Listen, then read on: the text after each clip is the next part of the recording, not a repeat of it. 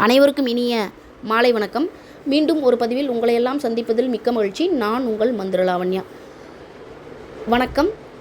இந்த பதிவு என்னை பின்தொடர்பவர்களுக்கு மட்டுமல்ல, நம்முடைய மகாசக்தி மந்திராலயத்தில் மாந்திரிகத்தை தொழிலாக எடுத்து செய்யக்கூடிய நபர்களுக்கும், மாந்திரிகம் படித்து கொண்டு இருக்கக்கூடிய நம்முடைய சிஷ்யர்களுக்கும் சேர்த்து ஒரு புரிதலை உண்டாக்கக்கூடிய பதிவாக இருக்கும். இன்றைக்கி நம்ம பார்க்க போகிற விஷயம் என்ன அப்படின்னா, ஆண் பெண் வசியமும் அதில் இருக்கக்கூடிய ரகசியங்களும் அப்படிங்கிற ஒரு தலைப்பில் தான் நம்ம பதிவை பார்க்க போகிறோம். இந்த ஆண் பெண் வசியத்தை பற்றி நம்ம நிறைய பேசியிருக்கோம், முன்னாடி வீடியோக்களில் நிறைய இருக்கும். இருந்தாலும் இந்த ஆண் பெண் சம்மந்தப்பட்ட வசியம் சம்மந்தப்பட்ட விஷயங்களில் இன்னும் நிறைய பேர் நம்மளை தொடர்பு கொண்டு நிறைய சந்தேகங்களை கேட்குறாங்க, நிறைய விதமான விஷயங்களை எதிர்பார்க்குறாங்க. அதனால தான் இன்றைக்கி முழுமையாக ஒரு பதிவு நம்ம இந்த வசியத்தை பற்றி போடலாம் அப்படின்னு நம்ம இந்த பதிவு எடுத்திருக்கோம். பொதுவாக இந்த வசியம், ஆண் பெண் வசியம், குறிப்பிட்டபடியாக ஆண் பெண் வசியம் அப்படிங்கிற விஷயத்தை தேடி இன்றைக்கி அலையாத நபர்கள் கிடையாது. அது கணவன் மனைவி பிரச்சனையாக இருக்கட்டும், இல்லை காதலன் காதலி பிரச்சனையாக இருக்கட்டும், இல்லை கணவன் மனைவி பிரிந்து போனதாக இருக்கட்டும், இல்லை காதலன் காதலி ஒருவர் விட்டு போனதாக இருக்கட்டும். இப்படி இந்த விதமான பிரச்சனைகளுக்கு இந்த மாந்திரிகத்தையும் ஆன்மீகத்தையும் நம்பக்கூடிய நபர்கள் முதலில் கையில் எடுக்கக்கூடிய விஷயம், முதல்ல தேடக்கூடிய விஷயம் என்னவா இருக்குன்னா, ஆண் பெண் வசியம். இந்த ஆண் பெண் வசியம் நிறைய குடும்பங்களை வாழவும் செய்திருக்கிறது, நிறைய குடும்பங்களை அழிக்கவும் செய்திருக்கிறது, அதே சமயத்தில் நிறைய பேரை ஏமாற்றவும் செய்திருக்குது. இந்த ஆண் பெண் வசியத்துக்குள்ளே இந்த மாதிரியான விஷயங்கள் எல்லாம் இன்றைய காலகட்டத்தில் நடந்துக்கிட்டு தான் இருக்குது. அப்படிங்கிறப்போ வசியம் அப்படின்னா என்ன? முதல்ல இதை தேடுற மக்களாக இருந்தாலும் சரி, அல்லது நம்மகிட்ட படிக்கிற மாணவர்களாக இருந்தாலும் சரி, புரிஞ்சு கொள்ள வேண்டிய ஒரு விஷயம் என்ன அப்படின்னா, வசியம் என்பது என்ன? நிறைய பேர் என்னென்னா, வசியம் பண்ணிட்டா அவங்க நம்ம சொல் பேச்சு கேட்பாங்க, நம்ம என்ன சொல்கிறோமோ அதைப்படி கேட்டு நடப்பாங்க, நம்ம கட்டுக்குள்ளே இருப்பாங்க அப்படின்னு சொல்கிறாங்க. ஆனால் அது உண்மைதான். வசியம் என்பது ஒருவரை நம் வசப்படுத்துதல், நம் சொல்படி நாம் ஆட்டுவிக்கும்படி கேட்டல், அதன்படி அவர்களை நடக்க வைத்தல், நம் விருப்பப்படி நடக்க வைத்தல். அப்படிங்கிறப்போ இந்த வசிய வித்தை எல்லாருக்குமே பயன்படுமா?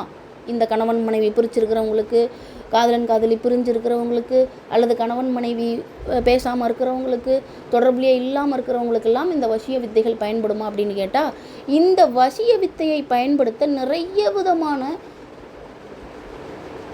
விதிமுறைகள் உண்டு. அந்த விதிமுறையை எல்லாம் கடைபிடித்து பூஜை செய்து கொடுக்கக்கூடிய ஒரு சில நபர்களினுடைய பூஜை கண்டிப்பாக வெற்றி அடையுது. அப்படிங்கிறப்போ இதில் ஏன் நிறைய தோல்விகள் நடக்குது, ஏன் நிறைய நேர விரயமாகுது, பண விரயமாகுது, ஏன் வசிய வித்தைகள் அவ்வளவு எளிதாக நிறைய பேருக்கு பலிதமாவதில்லை அப்படின்னு பார்த்தா, அதற்கான மிக முக்கியமான விஷயம், எல்லாரும் மனதிலும் என்ன இருக்குது அப்படின்னா, ஒருத்தவங்க பேசாமல் போயிட்டாலோ, ஒருத்தவங்க பிரிஞ்சு போயிட்டாலோ அதற்கான காரணங்களை தேடுவதில்லை. அது ஆன்மீக காரணமாக இருக்கட்டும், இல்லை அவர்களுடைய சொந்த காரணமாக இருக்கட்டும், அந்த காரணங்களை தேடுறதில்லை. அதை தாண்டி இவங்களை ஏதாவது ஒன்று பண்ணி நம்ம பக்கத்தில் வச்சுக்கணும், இவங்களை ஏதாவது ஒன்று செஞ்சு நம்ம மறுபடியும் திரும்ப வரவழைக்கணும் அப்படிங்கிற எண்ண ஓட்டத்தோடு தான் அதிக தேடல் இருக்குது. அப்படி தேடும்போது நிறைய பேர் நிறைய இடங்களில் சென்று ஏமாந்து தான் போகிறாங்க. ஆனால் அதற்கு முன்னாடி தெரிந்து கொள்ளக்கூடிய மிக முக்கியமான விஷயங்கள், ஒரு சில விஷயங்கள் இருக்குது. அதில் இந்த வசிய வித்தை அப்படிங்கிறது அவ்வளவு சீக்கிரம் எளிதாக கைகூடியக்கூடிய வித்தை இல்லை.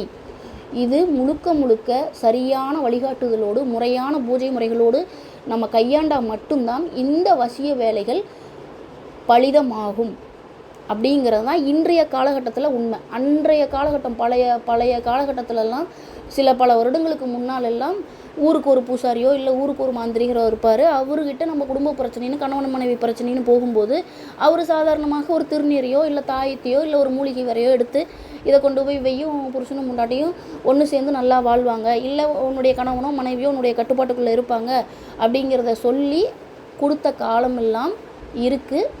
இன்றைக்கும் அந்த மாதிரியான ரொம்ப ரேராக, ரொம்ப அதிசயமாக அந்த மாதிரியான நபர்கள் எல்லாம் இன்னமும் வெளியே தெரியாமல் வேலைகள் செஞ்சுட்டு தான் இருக்காங்க. அப்படிங்கிறப்போ இந்த வசிய வேலை அப்படிங்கிறது மிக நுணுக்கமாக, அதே சமயத்தில் சரியான முறையோடு செய்யக்கூடிய வசிய வேலைகள் மட்டும்தான் பலிதமாகும் அப்படிங்கிறத முதல்ல புரிஞ்சுக்கணும். ஒன்று. ரெண்டாவது, வசிய வேலைகள் செய்வதற்கு எந்த தெய்வத்தை வைத்து வேண்டுமானாலும் இல்லை எந்த தேவதை வைத்து வேண்டுமானாலும் நாம் செய்து விடலாமா அப்படின்னு கேட்டால், வசிய வேலைகளை முடித்து கொடுக்கவே ஒரு சில தெய்வ தேவதைகள் உண்டு. மோகினி, யக்ஷினி போன்ற ஒரு சில தெய்வ தேவதைகள் உண்டு. அந்தந்த தெய்வ தேவதைகளை எந்த அளவுக்கு அந்த மாந்திரிகர் அந்த தெய்வ தேவதை கைகொண்டு வச்சிருக்காரோ அந்த பூஜை முறைகளை சரியான முறையில் செய்து அதற்குண்டான விஷயங்களை முறையாக பண்ணுறாரோ அந்த மாந்திரிகளுடைய பூஜைகள் கண்டிப்பாக வெற்றியாகும். ஏன்னா எல்லா இடத்துலையும் அது தோல்வி தான் தழுவும் அப்படின்னு நம்ம சொல்ல முடியாது. ஆனால் இன்னமும் வசிய வேலைகளை செய்து கொடுக்கக்கூடிய நிறைய நபர்களை நம்ம பார்த்துட்டு தான் இருக்கோம். அப்படிங்கிறப்ப மிக முக்கியமாக இந்த வசிய வேலைகளை நம்ம பார்க்க வேண்டிய 3 விஷயங்கள் இருக்குது. 1, முதல்ல சம்மந்தப்பட்ட நபர் எந்த மாதிரியான பிரிவுக்குள்ளே இருக்கார். அவர் ஒரே வீட்டில் இருந்து கணவன் மனைவிக்கு அந்யோன்யம் இல்லாமல், கணவன் மனைவின்ற பாசம் இல்லாமல், இவர் ஒரு வாக்குலேயும் அவர் ஒரு வாக்குலேயும் குடும்பத்தை ஓட்டிகிட்டு இருக்காங்களா, குடும்பத்தை நடத்திட்டு இருக்காங்களா, 2 பேருக்கு விருப்பம் இல்லாமல் ஒரே வீட்டுக்குள்ளே வசிச்சுட்டு இருக்காங்க, இல்லை அடுத்தவங்களுடைய பேச்சை கேட்டு ஒருவர் வெறுக்கிறாங்க, இல்லை செய்வினை பில்லி சூனியே அப்படிங்கிற ஏதாவது ஒரு நெகட்டிவ் விஷயங்களால் பாதிக்கப்பட்டு ஒருவர் வெறுக்கக்கூடிய சூழல் இருக்குது. இந்த மாதிரியான என்ன பிரச்சனைக்குள்ளே முதல்ல இருக்கார், அவங்களுக்குள்ளே ஏன் அந்யோன்யம் இல்லை, இதில் கிரக சூழலும் அடங்கும், அவரவர்களுடைய மனநிலையும் அடங்கும். அப்படி எந்த சூழலில் அவங்க அந்யோன்யம் இல்லாமல் இருக்காங்கங்கிறதையும் முதல்ல பார்க்கணும். அடுத்து தனித்தனியாக பிரிந்து வாழ்பவர்கள், ஒரே வீட்டுக்குள்ளே இருக்கக்கூடிய நபர்களுக்கு தாராளமாக இந்த வசிய பூஜை வெற்றியாகும். அதற்கு வெறும் வசியம் மட்டும் போட்டால் போதும், அல்லது ஈடுமருந்து, வசி மருந்து போன்ற நிறைய விதமான விஷயங்கள் இருக்குது. அதில் ஏதோ ஒரு விஷயத்தை பயன்படுத்தி அவர்களை ஒன்று சேர்த்து நல்ல முறையில் வாழ வைக்கலாம். அதே சமயத்தில் பிரிஞ்சு சில காலம் ஆன நபர்கள், ஒரு 6 மாதத்துலேருந்து 2 வருஷத்துக்குள்ளே 3 வருஷத்துக்குள்ளே நாங்கள் பிரிஞ்சிட்டோம், இன்னமும் பேச்சுவார்த்தை அப்பப்போ இருக்குது, ஆனாலும் பிரிவு அப்படிங்கிற ஒரு விஷயம் இல்லை, மனைவி வேற ஒருத்தவங்க பேச்சை கேட்டுட்டு என்னை வெறுக்கிறாங்க, இல்லை கணவன் வேற ஒருத்தவங்களுடைய பேச்சை கேட்டுட்டு என்னை வெறுக்கிறாங்க, இல்லை சம்மந்தமே இல்லாமல் நல்லா தான் இருந்தோம், ஆனாலும் எங்களுக்குள்ள ஒரு பெரிய பிரிவாகி நான் அம்மா வீட்டுக்கு போயிட்டேன், அப்பா வீட்டுக்கு போயிட்டேன், இல்லை என்னுடைய மனைவி என்னை விட்டுட்டு போயிட்டாங்கன்ற மாதிரியான சூழலுக்குள்ளே இருக்கக்கூடிய நபர்களுக்கு வெறும் வசிய வித்தை மட்டும் வேலை செய்யாது. ஏன் அப்படின்னா அவர்கள் தனித்தனியாக பிரிஞ்சிருக்காங்க.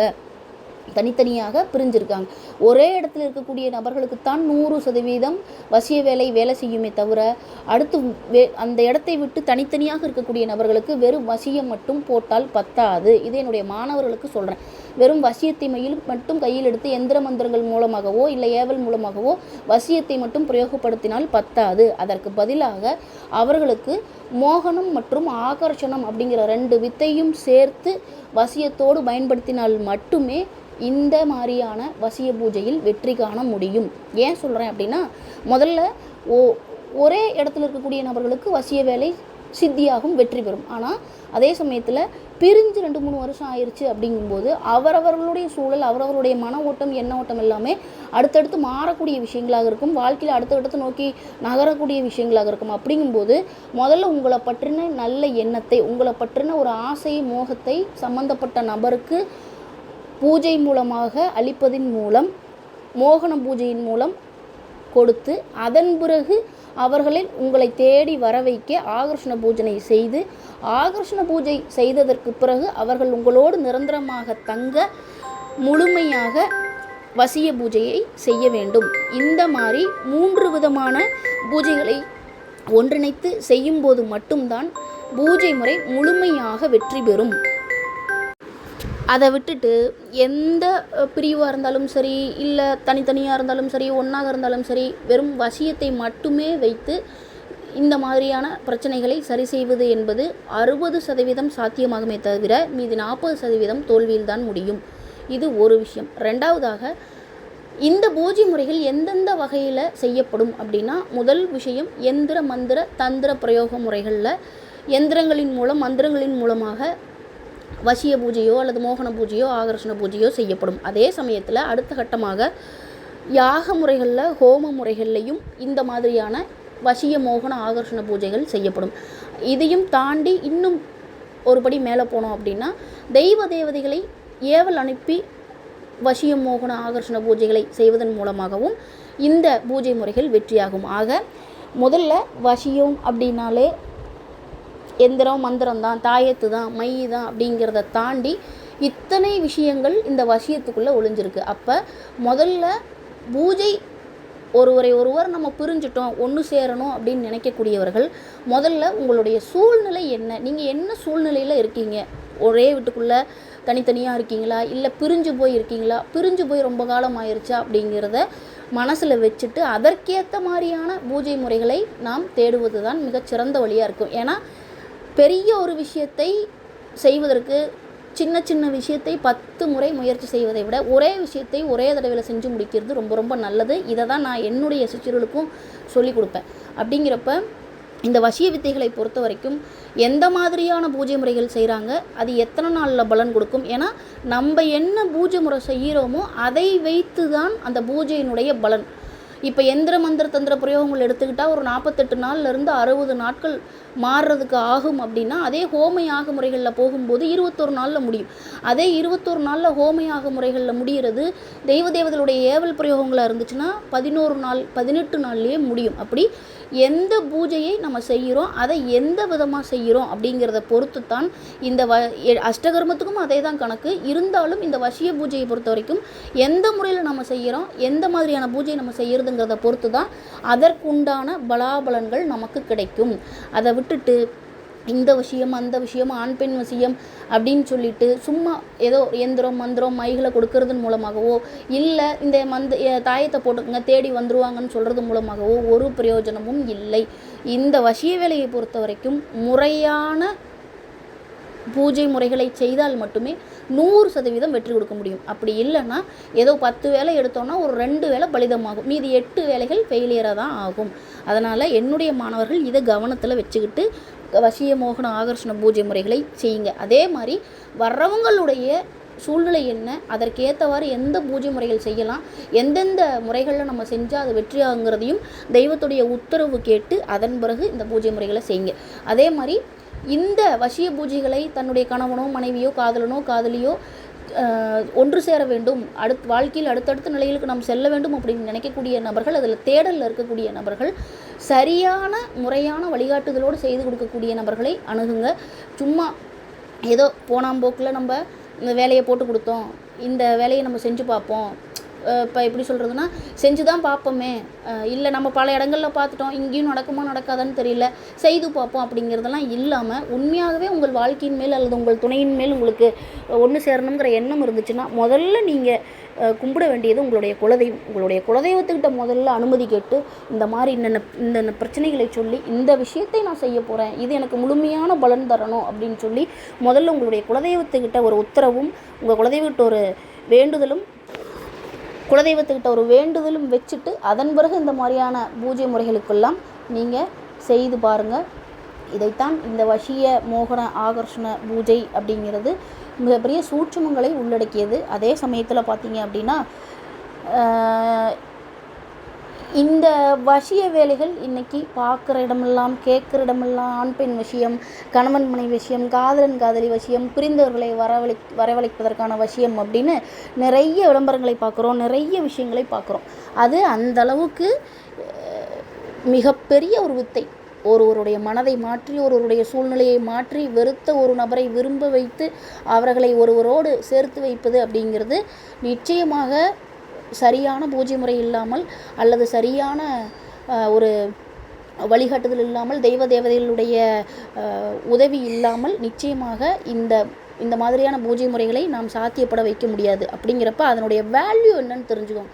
ஒரு பூஜையை பண்ண போகிறீங்கன்னா அந்த பிரச்சனை உங்களுக்கு எவ்வளோ தூரம் வேல்யூ, அந்த வேல்யூவை முதல்ல அந்த பூஜை பண்ணக்கூடிய நபருக்கும் பூஜைக்கும் நீங்கள் கொடுங்க. அப்போதான் நீங்கள் தேடி போகிற விஷயம் உங்களுக்கு 100% பலிதமாவதற்குண்டான சாத்தியக்கூறுகளை அந்த கடவுளே ஏற்படுத்தி கொடுக்கும். ஏன்னா நிறைய பார்த்திங்கன்னா நம்மளுக்கு மகாசக்தி மந்திராலயத்துக்கே வரக்கூடிய ஃபோன் கால்கள் எல்லாம் பார்த்திங்கன்னா நம்மளுக்கு என்னடா இப்படி பேசுகிறாங்க அப்படின்னு இருக்கும். ஃபோன் எடுத்தோடனே இந்த மாதிரி ஒரு பொண்ணை வசியம் பண்ணணும், இல்லை ஒரு ஆணை வசியம் பண்ணணும், இல்லை தெரிஞ்சவங்களை வசியம் பண்ணணும் அப்படின்னு சும்மா என்னமோ நம்ம கடையில் விற்கிற பொருள் மாதிரியும் இது ஏதோ ஒரு சும்மா போன போக்கில் இந்தாங்க வசியம் பண்ணி கொடுத்துட்டேன் அப்படின்னு சொல்கிற ஒரு விஷயம் மாதிரியும் தான் நிறைய பேருடைய மனநிலை இருக்குது. அப்படிப்பட்ட மனநிலையோடு தேடினீங்க அப்படின்னா கண்டிப்பாக இந்த விஷயத்தில் தோல்வியும் வீணான பொருளிழப்பு மட்டும்தான் ஏற்படும்.